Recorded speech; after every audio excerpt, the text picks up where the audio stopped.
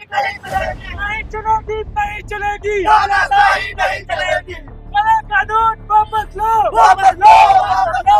नरेंद्र मोदी मुर्दाबाद, मुर्दाबाद। नमस्कार, मैं ईशान। आज बेलगाम बंदा के इस एपिसोड में हम लोग मौजूद हैं लखनऊ के जनेश्वर मिश्र पार्क के पास में, जहां पे भारी मात्रा में लोग इकट्ठा हुए हैं यूजीसी के नए गाइडलाइन के विरोध में और नरेंद्र मोदी मुर्दाबाद, बीजेपी सरकार मुर्दाबाद के नारे लगाते हुए यहां पे लोगों ने भारी मात्रा में प्रदर्शन किया। अब हम यहाँ पे आने वाले हैं और पूछने वाले हैं लोगों से कि ये प्रदर्शन, ये गाइडलाइन क्या है और क्या जानते हैं लोग इसके बारे में। जी भाई साहब, लाइए पोस्टर दिखाइए। छतरी से छल करे ब्राह्मण से बेईमानी, बनिया को बेवकूफ बना सरकार करे मनमानी, हो भैया खूब रही करे मनमानी। तो भाई साहब, ये जो यूजीसी गाइडलाइन है, इसमें ऐसा क्या है कि सवर्ण समाज इस प्रकार से विरोध कर रहा है? मैं आपको बताऊं, जब से मैंने होश संभाला है, मैं कट्टर भाजपाई वोटर रहा हूं। मतलब मुझे ये नहीं पता उम्मीदवार कौन है, मेरा घर, खानदान, परिवार भाजपा को वोट देता था। लेकिन ये जो कानून यूजीसी इन्होंने लाया है, इस पे हमारे साथ पूरी तरीके से छलावा हुआ है। मैं तो ये सोच रहा था कि सबको समान अधिकार दिया जाएगा, लेकिन ये चयनित समाज को जो बांटने का भाजपा काम कर रही है, कहीं से भी सही नहीं है। अगर कोई बोलता है तुम ब्राह्मणवादी हो, कोई बोलता है कि राजपूत मुगल पूत है, उसके खिलाफ क्या कार्रवाई है? क्या हमें समानता का अधिकार नहीं है, या हम इस देश के नागरिक नहीं है? इस तरीके से बांट कर समाज को कहाँ ले जाएंगे? पहले के बच्चे पढ़ते थे, साथ में देखते थे, अब तो दोस्ती करने में डरेगा कि अरे ये ओबीसी है, इसके साथ मैंने दोस्ती कर ली तो मेरे ऊपर इल्जाम लगा सकता है। इस तरीके से बांट कर भाजपा बांटने का काम कर रही है। मैं तो भाजपा का वोट देता था क्योंकि भाजपा जोड़ने का काम करती थी, लेकिन आज के बाद मैं कट्टर भाजपा विरोधी हो गया हूँ। भाई साहब, आप बहुत जोर जोर से नारे लगा रहे हैं नरेंद्र मोदी मुर्दाबाद के, तो आप यह बताइए कि इस कानून में ऐसा क्या है, इस व्यवस्था में ऐसा क्या है जो आप लोग विरोध कर रहे हैं? भैया सीधा सीधा स्वर्ण विरोधी कानून है और भारतीय जनता पार्टी की राजनीति स्वर्ण विरोधी है। पिछले 10 साल से स्वर्णों को लतखोर की तरह एकदम अपने यूज एंड थ्रो के जैसे इस्तेमाल कर रहे हैं और कुछ नहीं है। सिर्फ स्वर्णों के विरोध में ये कानून है। ईडब्ल्यूएस का आरक्षण भी भाजपा सरकार ने दिया। क्या है उस आरक्षण में? हमारे लिए कुछ भी नहीं है। सिर्फ एक झुंझुना पकड़ा दिए कि ये लो आरक्षण लेके झुंझुना घूमते रहो, बस, और कुछ नहीं है। आप कह रहे हैं ईडब्ल्यूएस का लाभ नहीं मिल रहा है लोग? कोई लाभ नहीं है। फर्जी सर्टिफिकेट तब यही बनता है उन लोगों का। सर्टिफिकेट बनवाने के लिए रुपया पैसा लेती है सरकार। क्या है? कुछ नहीं, फर्जी हवाई बातें। झुंझुना पकड़ के लेके घूमते रहिए। ईडब्ल्यूएस वर्ड के लिए कुछ नहीं है। चीज का जवाब दे दें कि जो ब्राह्मण को देश छोड़ो बोल रहे हैं, उनके खिलाफ क्या एक्शन है? क्या हम इंसान नहीं है? हमें जीने का अधिकार नहीं है? इस तरीके का कानून बना के हमें और अलग कर दिया समाज से, क्या यह सही है? इसका जवाब क्यों नहीं देती सरकार? ये कानून तो ले आई कि ओबीसी को जनरल कहाँ जाएगा, उसके बच्चे कहाँ जाएंगे? इसका जवाब क्यों नहीं देती है सरकार? यही बनारस में क्या नाम है, ब्राह्मण भारत छोड़ो के नारे लगते हैं। यही बनारस में, दूर कहीं जाने की जरूरत नहीं। में लिखा हुआ दीवारों पे, मिश्रा करके एक लेक्चरर थी, उसके पे लिखा हुआ है तुम ये छोड़ के जाओ। उनका क्या अधिकार है बोलने का? किसी का क्या अधिकार? किसी का क्या अधिकार है? उस पे एक्शन क्यों नहीं? उस पे क्या कानून है? आप मुझे ये बता दीजिए। कोई तो कानून होगा, कोई तो कानून होगा जो सवर्ण को सुरक्षित रख सके। कौन सा कानून है, आप बताइए। बीएनएस की कई धाराएं हैं जिसको बोला जाता है सवर्णों की रक्षा हेतु। अरे कौन सी धारा है? मैंने तो आज तक सुनी नहीं। मुझे तो केवल SC/ST एक्ट पता था और आज आपका यूजीसी पता है। मुझे तो कोई कानून ही नहीं पता है कि जो सवर्णों को सुरक्षित रख सके। अरे 5 साल 10 साल जेल में बंद होने के बावजूद वो धारा हमको क्या रक्षा करेगी? 10 साल हम जेल काट लिए फर्जी मुकदमे में, वो धारा क्या हमारी रक्षा करेगी उसके बाद? अच्छा, जीवन का कोई दे पाएगा वापस लौटा के? यूजीसी की इस गाइडलाइन में प्रत्यक्ष और अप्रत्यक्ष रूप से कंप्लेन करा जा सकता है, चाहे तो चेहरा आगे करके, चाहे तो चेहरा पीछे करके। क्या अपर कास्ट के बच्चों को उनकी जातियों के आधार पे अबे बनिया, अबे ठाकुर, अबे पंडित करके गालियां नहीं पड़ती हैं? बिल्कुल 100% पड़ती है, रोज पड़ती है। लेकिन वही हम लोग रो नहीं पाते ना, उसको लेके सोशल मीडिया पे चले रोने की हमको गाली दिया, गाली दिया, गाली दिया।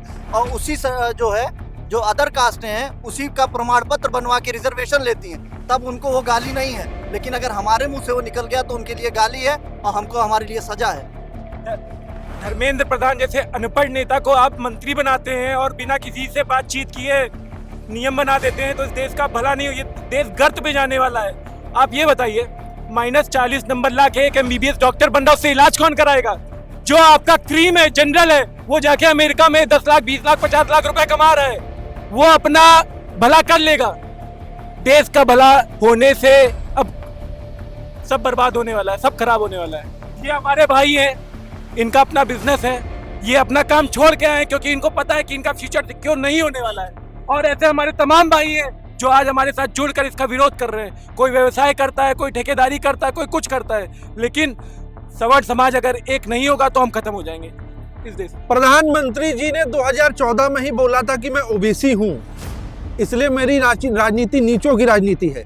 क्या कोई अपर कास्ट का व्यक्ति, क्या कोई ठाकुर या कोई ब्राह्मण सांसद, विधायक या मुख्यमंत्री अपनी जाति के ऊपर बोल दे तो उसके ऊपर काहे लोग इतना गुस्सा हो जाते? एक कड़वा सच मैं आपको बताता हूँ, जो कि सच है, सवर्णों में एकता ही नहीं, वो एक हो ही नहीं सकते, वो आपस में ही बटे हुए हैं। आज हमें समझने की जरूरत है, अगर हम एक नहीं हुए, अगर हमने ये नहीं सोचा कि हमें भी अपने हक के लिए लड़ना है, जो सवर्ण है वो कहीं ना कहीं पैसों के मामले में मजबूत है। वो ये सोचता है मैं क्यों करूं, मैं क्यों जाऊं। अगर अब वो मैं की भावना से नहीं निकला, वो हम पे नहीं आया, तो दुर्दशा होने वाली है। ये सच्चाई है। और जो मैं तो कह रहा हूं, जाति की राजनीति ही नहीं होनी चाहिए। जो कहता मैं तो ये कहता हूं कि हर जात का व्यक्ति साथ उठकर बैठकर आगे बढ़ना चाहिए। और अब जो रिजर्वेशन भी है वो आप आर्थिक आधार पे देना शुरू कर दीजिए, क्योंकि जो जनरल कैटेगरी के लोग हैं वो पूरी तरीके से दबाए जा चुके हैं। उनके बच्चे बढ़िया होकर भी कहीं नहीं हो पाते, और वो कई सुसाइड के केस, कई मनोवैज्ञानिक केस इस वजह से आ रहे हैं आज के टाइम में, क्योंकि उनको रिजल्ट अच्छा होने के बावजूद वो क्लियर नहीं कर पाते। भारतीय जनता पार्टी कहती है हम हिंदुओं की सरकार है, पर इन्होंने सच्चर कमेटी की सारे नियमों को लागू कर दिया है। इस पर आपका क्या कहना है? सर, मैं अभिषेक हूँ। मेरे कुछ सवाल हमारे भाजपा जनता पार्टी के विधायक, सांसद, बाकी सब लोगों से। उससे पहले मैं अपने अधिवक्ता समाज को बहुत बहुत धन्यवाद देना चाहता हूँ कि वो बहुत आगे आए, और सुप्रीम कोर्ट का भी धन्यवाद देना चाहता हूँ जिन्होंने इसके ऊपर संज्ञान लेते हुए स्टे लगाया। लेकिन मेरा सवाल अभी भी भारतीय जनता पार्टी, उनके विधायक और उनके सांसद, उनके मंत्रियों से है। ये कानून भारतीय जनता पार्टी ने बनाया, जो कि सरासर गलत है। हम सब जानते हैं, चाहे वो दहेज प्रथा हो, चाहे वो SC/ST एक्ट हो, ऐसे कानून जो सिर्फ एक तरफा चीज़ों को देख के ध्यान में बनाया जाता है, वो भविष्य में उसमें कमियां आती हैं। हमने बहुत सारे संशोधन दहेज प्रथा कानून में भी देखे हैं, और बहुत सारे संशोधन हमने SC/ST एक्ट में भी देखे हैं। ये वैसा ही कानून बना है जो कि एक तरफा देखा जा रहा है। मेरा सवाल सिर्फ ये है कि सरकार किसी भी विधायक, किसी भी सांसद, किसी भी मंत्री को सिर्फ टिकट देती है, उसको जीतने के लिए जनता के बीच में आना पड़ता है। और अगर वो पपेट बने हुए हैं किसी एक आदमी के या किसी एक सरकार के, और वो नहीं बोल पा रहे हैं जनता के चीज़ों को लेके, तो मेरा ये मानना है कि उन्हें जनप्रतिनिधि कहने का कोई अधिकार नहीं है। मेरा सवाल सारे विधायकों और सारे सांसदों से है जिन्होंने यूजीसी के खिलाफ अब तक कोई भी कमेंट नहीं पास किया है, चाहे वो नेता हो, विधायक हो, मंत्री हो। अगर उनके अंदर इतना बूदा नहीं है तो अपने आप को जनप्रतिनिधि कहना बंद कर दें। और अगली बार मैं सिर्फ यही मुहिम करता हूँ हर उस जनप्रतिनिधि से और हर जनता के आदमी से कि शक्ल देख के, सोच देख के तभी हमें वोट देना पड़ेगा। मैं बचपन से, जैसा कि शिवम भाई ने भी कहा, हम लोग आंख बंद करके भाजपा को वोट देते हैं। हमने कभी नहीं देखा कौन प्रत्याशी है, क्योंकि भाजपा एक सोच की तरह चलती थी। लेकिन वो सोच अब बदल रही है, बिगड़ रही है, बर्बाद हो रही है, और ये सोच बांटेगी, चाहे वो स्कूल में हो, कॉलेज में हो, या किसी भी हो। अगर इस तरह से हम बांटने की बात करें, एक SC/ST बंदा है, अगर वो फैक्ट्री का मालिक है, वो अपने यहाँ किसी भी ब्राह्मण को नौकरी पर नहीं रखेगा। मैं ब्राह्मण हूँ, मैं अपनी फैक्ट्री में किसी को भी नौकरी पर नहीं रखूंगा, तो ऐसे तो देश गर्द में चला जाएगा। कैसे एकता की बात कर रहे हैं आप? किस एकता की बात कर रहे हैं आप? सवर्ण समाज के मेधावी गरीब परिवार से आने वाले छात्र और सवर्ण समाज की लड़कियों का शारीरिक और मानसिक शोषण हो सकता है इस कानून से, ऐसी भी बातें उठ रही हैं। इस पर आपका क्या कहना, वकील साहब? आपको बहुत बहुत धन्यवाद। पहले तो मैं ये कहना चाहूँगा कि मैं भी लखनऊ विश्वविद्यालय का छात्र रहा। मैं लखनऊ विश्वविद्यालय से छात्र राजनीति किया। जब मैं लखनऊ विश्वविद्यालय में छात्र राजनीति करने गया तो मैंने ये नहीं पूछा यार कि तुम ठाकुर हो, कि तुम यादव हो, कि तुम पंडित हो, कि तुम रावत हो, तुम SC हो कि ST हो, क्योंकि हमारे सब भाई होते हैं, हॉस्टलर हमारे सब भाई होते हैं। कभी कभी क्या होता कि किसी सवर्ण बच्चे द्वारा अगर किसी दलित बच्चे के ऊपर कोई अत्याचार कर दिया गया तो उसी के विरोध को लेकर के सरकार ने कानून बना दिया। लेकिन जिस बच्चे ने गलत कार्य किया उस बच्चे के खिलाफ आप अच्छे मुकदमों में BNS में जा करके, IPC CRPC में जा करके उस पर आप मुकदमे लिखिए, उस पर कार्रवाई करिए, उसको न्याय दिलाने का कार्य करिए जिसके साथ घटना घटित हो रही है। लेकिन उसके एवज में आप पूरे समुदाय को लेकर के UGC ला रहे हैं, तो इससे क्या हो रहा कि आप खाई बनाने का कार्य कर रहे हैं। इससे क्या होगा, आने वाले समय में पता चलेगा कि ये सामान्य का बच्चा है, ये पंडित है या ठाकुर है, तो कहेगा भैया ये रावत है या यादव है या एससी है एसटी, मैं इनसे बात नहीं करूँगा, इनसे दूर रहूंगा। ये हमारे बांटने का कार्य किया जा रहा है, दोनों लोगों को अलग करने का कार्य किया जा रहा है। भाजपा जो अभी तक थी सनातन धर्म को लेकर के चल रही थी। भाजपा का मैं वोटर हूँ, भाजपा का मैं सक्रिय सदस्य हूँ और भाजपा को मेरा वोट आज से नहीं जा रहा। मेरे पिताजी मेरे बाबा तक भाजपा को ही वोट देते हैं, लेकिन भाजपा अभी तक धर्म पे राजनीति की, अब धर्म के बाद पे अब धर्म में ही हिंदू को अलग अलग करने का कार्य कर रही है, बहुत निंदनीय। अब इस पर आप समझ लीजिए कि मैं इसका विरोध करता हूँ, मैं इस पक्ष में नहीं हूँ। और दूसरी चीज़ मैं आपसे और भी कहना चाह रहा हूँ, जो ऑफिसों में बैठ के कानून बना दिए जा रहे हैं, पहले उनको धरातल पे आना चाहिए। हमारे गांव में अगर कोई प्रोग्राम पड़ता है तो पता चला कोई एससी एसटी बिरादरी का व्यक्ति आता है तो उनको हम कहते हैं काका जरा ये काम देख लीजिए, काका कैसे हैं, हाल चाल ठीक है।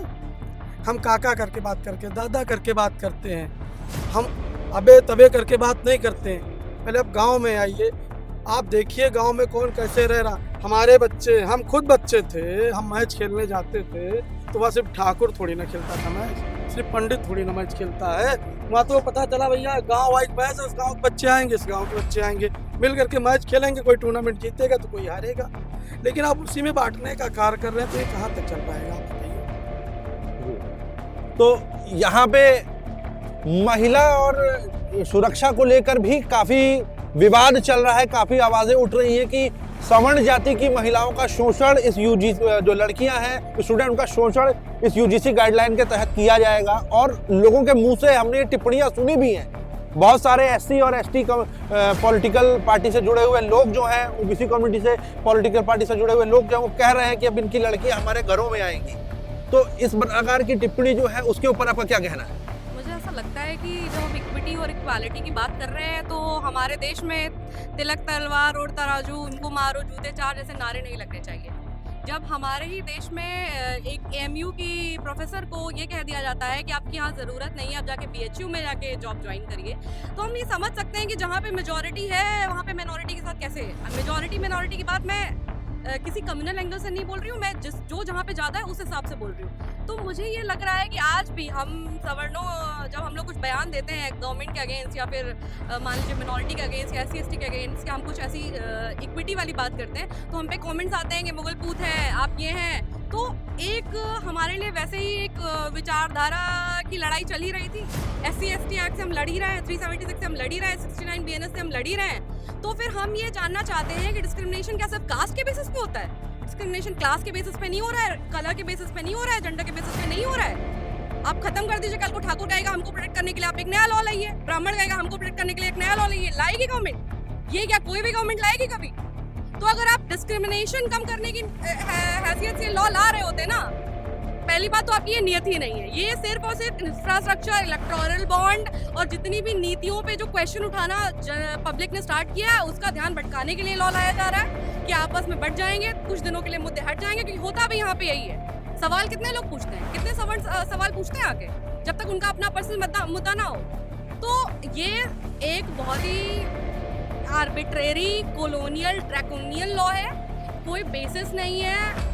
जब आप 3C जो उसकी एक पॉइंट है गैजेट रूल्स जो आए हैं उसमें साफ साफ लिखा हुआ है कि if the crime, if the exploitation और harassment is against SC ST OBC and minority. तो मुझे ये चीज़ पूछनी है कि आपने ये प्राइमा फिसाई पहले से कैसे मान लिया कि जनरल के साथ एक्सप्लॉयटेशन नहीं होगा? आप वहाँ पे लिख सकते थे ना कि एनी चाइल्ड या एनी स्टूडेंट जिसके साथ भी गलत हो रहा है हम उसके लिए इक्विटी कमेटी बैठाएंगे और उसके लिए जांच करेंगे। आप ये कर सकते थे ना, बट आपने क्यों नहीं किया? और मुझे एक और भी सवाल है कि जब सारे मुद्दे हुए, डेमोनेटाइजेशन हुआ, इवन NRC CA हुआ, तो उसमें बाद में चीज़ें बदली गई, रिफॉर्म किए गए, लोगों ने जब उसका विरोध किया तो इसमें ओपन क्यों नहीं रखा गया डिस्कशन के लिए पब्लिक के? हम लोगों से क्यों नहीं पूछा गया, लोगों से क्यों नहीं पूछा गया कि क्या बेटर कर सकते थे? उसको ड्रैकोनियन लॉ की तरफ पास क्यों कर दिया गया? अगर आपकी नीतियाँ अच्छी हैं, अगर आप सोच अच्छा रहे थे, तो this should go back. And इस टाइप के लॉ इंडिया को तोड़ने के लिए है और ऐसा कुछ भी कभी भी हमारा एक प्रगतिशील डेवलप कंट्री नहीं बन सकता इन लॉज के साथ, इस सोच के साथ। भले ये प्रधानमंत्री आ जाए या आगे आने वाले 50 प्रधानमंत्री आ जाए। लाने चले थे UCC, ले आए हैं UGC, इस पर आपका क्या कहना है? देखिए सारा खेल जो है वोट बैंक का है। लोगों को समझना होगा कि अगर हम लोग बट रहे हैं जात में समाज में, तो ये हमारा ही लॉस है, क्योंकि ये लोग सिर्फ वोट बैंक की राजनीति कर रहे हैं। छात्रों को बटना नहीं है। हम लोग एकता का नारा देते हैं, हम लोग एक रहें। और ये जाति मतलब अब तो जातिवाद खत्म होना चाहिए। और अगर आप लोग पढ़े लिखे हैं, समझदार हैं, आप लोग देख रहे हैं कि अगर पार्टी आएगी ऐसे, फिर सवर्ण की पार्टी आएगी, वो सवर्ण ऐसे कहने लगेंगे, तो फिर इस तरीके से देश नहीं चलेगा ना। अगर हम लोगों को एक विकसित भारत चाहिए तो हम लोग एक रहें और ये जातिगत जो चीजें हैं इनको खत्म होना चाहिए। मुझे और एक पॉइंट बोलना है कि जब हम किसी चीज़ को ख़त्म करने की बात करते हैं ना, हम धीरे धीरे इस सोच के साथ आगे, क्योंकि हम लॉ के स्टूडेंट रहे हैं और प्रैक्टिसिंग लॉयर भी हैं, तो हम एक चीज़ समझते हैं ना, किसी चीज़ को ख़त्म करने के लिए उस पर पहली बात करना बंद करना पड़ता है। बार बार अगर आप किसी को ये बोलेंगे ना कि तुम्हारे साथ गलत हो रहा है, तो नहीं भी हो रहा है, तो उसके मन में ये चीज़ आ जाएगी कि हाँ मेरे साथ गलत हो ही रहा है, और उसके मन में उसको आप एक वेपन दे रहे हैं, आप एक हथियार दे रहे हैं कि अगर ये लोग नहीं भी बोल रहे हैं, मान लीजिए आपका किसी से कल को मेरी किसी ओबीसी से विरोध हो जाता है किसी बात पे, पॉलिटिकल माइंडसेट पे, किसी पे, वो कहेगा चलो ठीक है हम तो तुम पे करा देते हैं, या मेरा कोई जूनियर है, मेरे भाई बहन है, उन पे जाके सीधे सीधे इक्विटी कमेटी के सामने वो एक कंप्लेंट देगा, उसका फ्यूचर खत्म, उसकी लाइफ खत्म। तो मुझे ये कहना है कि अगर आप सच में कुछ बेटर करना चाहते थे तो आप एक समसरता का भाव रखें, आप एक इक्वालिटी का भाव रखें, सारे क्लासेस, सारे कास्ट सिस्टम को, क्योंकि कास्ट सिस्टम खत्म भी हो जाएगा तो क्लास सिस्टम कभी नहीं खत्म हो पाएगा, और क्लास सिस्टम पे कभी कोई बात नहीं करता। शोषित हमेशा गरीब पिछड़ा वर्ग होता है, पिछड़े से मतलब इकोनॉमिकली वीक, किसी जाति से कभी कोई शोषित नहीं होता। और SC ST का मैं मान भी लूं, लेकिन मैं बिल्कुल नहीं मानती कि OBC का कोई एक्सप्लॉयटेशन कभी भी हुआ है, कभी नहीं हुआ है, हमेशा मेजॉरिटी में रहे। मेरी कॉन्स्टिट्यूएंसी में सांसद विधायक सब सालों से सिर्फ और सिर्फ OBC समाज से आ रहे हैं, तो प्रताड़ित कहाँ से है वो? प्रताड़ित तो हम लोग हैं ना, क्योंकि सवर्ण का तो कोई विधायक सांसद है ही नहीं। लाने चले थे UCC, ले आए UGC। हमारे देश के अंदर सरकारें नियम बनाती हैं, नियमों के पीछे बेस क्या होता है आज तक किसी को पता नहीं चलता। अपर कास्ट का व्यक्ति OBC और SC ST पे अत्याचार करता है, लेकिन OBC और SC ST पे अत्याचार शायद जो है OBC और SC ST अपर कास्ट के ऊपर अत्याचार नहीं करते। ये बात अलग है कि देश के अंदर, आजाद भारत के अंदर सबसे पहले राजनीतिक बंदी शायद करपात्री महाराज हुए थे, अपर कास्ट के थे, लेकिन हिंदू धर्म के वो प्रचारक थे तो हमने उनमें जाति नहीं देखी। बिहार के अंदर सबसे पहला जेनोसाइड इस देश का, आजाद भारत का, दलेल चक राजपूतों का हुआ था, लेकिन शायद किसी के हृदय में पीड़ा नहीं पहुंची। ये देश जाति देख के मौत किसकी हुई है यह तय करता है आवाज निकालनी है कि नहीं निकालनी। यह देश तभी आवाज उठाता है जब वो जाति उसकी निर्धारित हो जाती है। रोहित वेमुला एक्ट के तहत इस UGC गाइडलाइन को लाया गया, जब उसको दलित बता के प्रचारित किया गया, पर वो निकला OBC। उस पर अत्याचार करने वाला खुद साउथ का एक OBC जाति का व्यक्ति था, लेकिन अत्याचारी हो गए सवर्ण। मात्र 5% अपर कास्ट के सवर्ण अगर अत्याचारी हैं तो सरकार से एक अनुरोध है, इस प्रकार के अत्याचार को रोकने के लिए इनको अलग इंस्टीट्यूशन दे दीजिए, अलग यूनिवर्सिटी दे दीजिए, ताकि इन अत्याचारी सवर्णों की छाया किसी SC ST और OBC पे ना पड़े, जिसकी छाया पड़ने मात्र से ST और OBC का शोषण हो जाता है। क्योंकि प्रधानमंत्री के ऊपर हो सकता है कि इर्द गिर्द में कई सवर्णों की छाया पड़ी हो और उनका शोषण हो गया।